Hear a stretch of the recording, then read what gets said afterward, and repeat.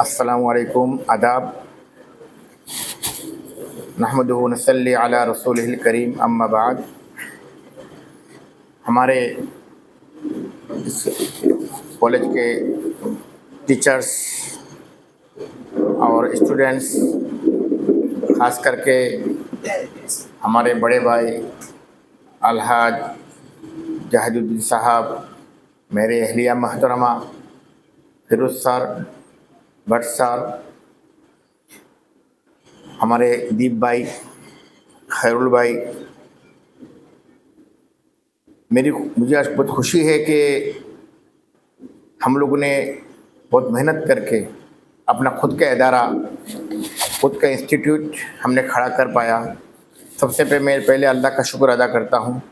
शुरुआत में मैंने हुजाई में अपना खुद का ही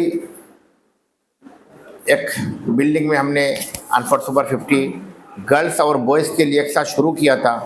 हमने ये महसूस किया है कि गर्ल्स और बॉयज़ का इस कॉलेज अलग होना चाहिए। इसलिए अलग होना चाहिए क्योंकि माँ बाप का बहुत बड़ा ड्रीम होता है कि मेरे बेटी को या बेटा को अच्छा से पढ़ाऊँ, ताकि मेरे बेटी सेफ्टी सिक्योरिटी महसूस कर पाए। ख़ास करके गर्ल्स के लिए हमने अपने घर यहाँ पे है, चारों तरफ हमारे रिश्तेदार है। इधर भी मेरे भंजे का घर है, इधर मेरा बहन का घर है। हम लोगों ने अपने ही कैंपस के अंदर में आप लोगों को लाया, एक फैमिली मेम्बर बना के। आप लोग हमेशा इस चीज़ को महसूस करेंगे इंशाअल्लाह। आप लोगों का सुख दुख हर चीज़ में हम साथ में रहेंगे। या आप लोग समझ लीजिएगा कि आप अपने घर पे आए हैं, क्योंकि हम लोग इस इदारा को हम लोग as a not for business चला रहे हैं। हमारा मेन मकसद जो है यहाँ के बच्चियाँ जो है अच्छा से पढ़ लिख के डॉक्टर इंजीनियर बने।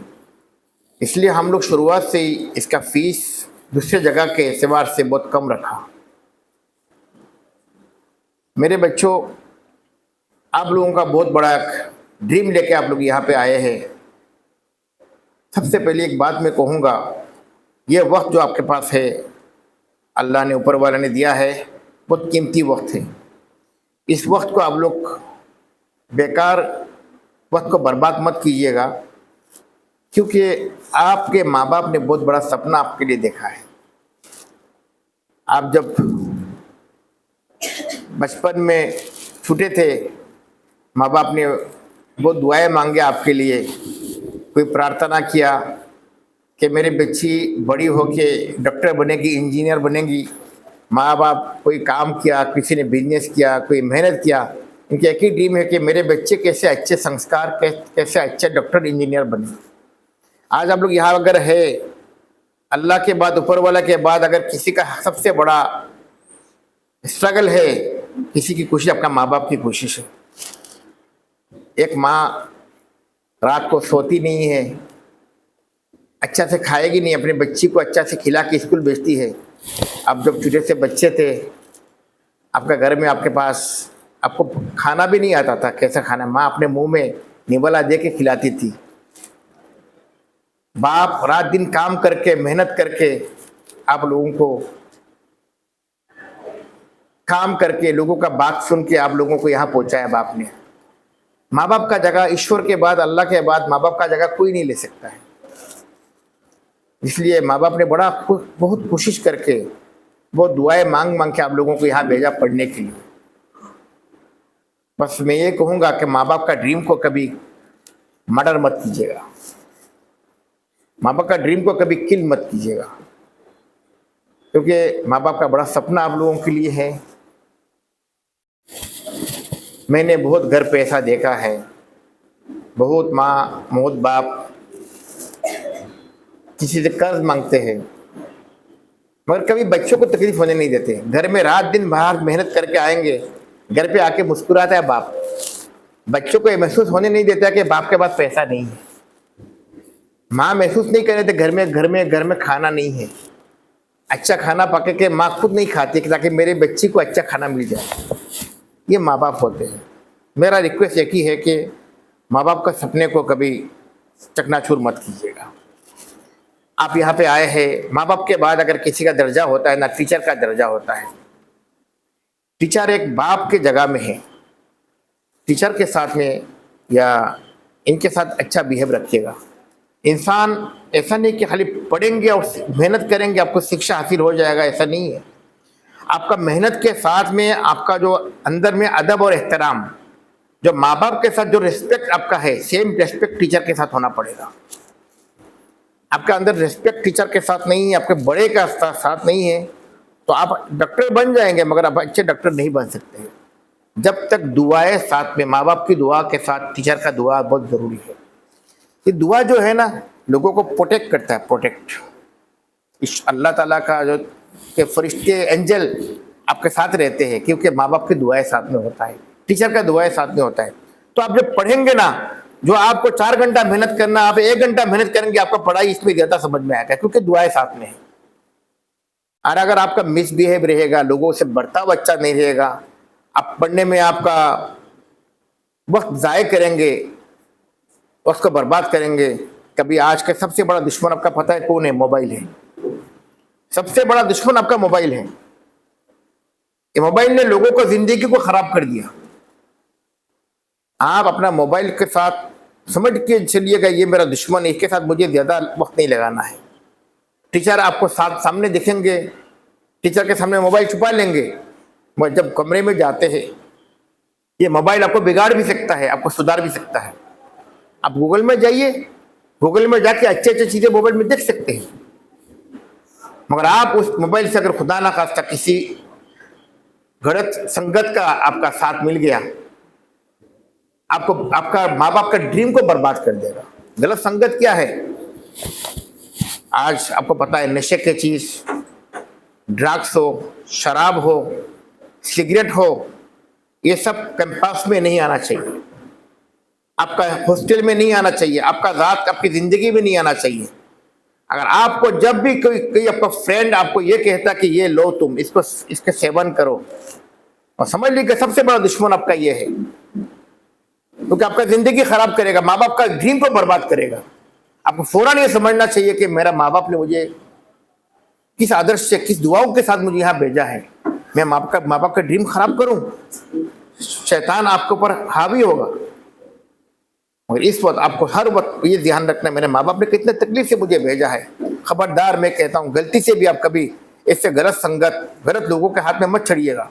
मोबाइल है, बहुत से लड़के लोग नंबर भेजेंगे आपको, बहुत से लड़कियों को आपको SMS करेंगे।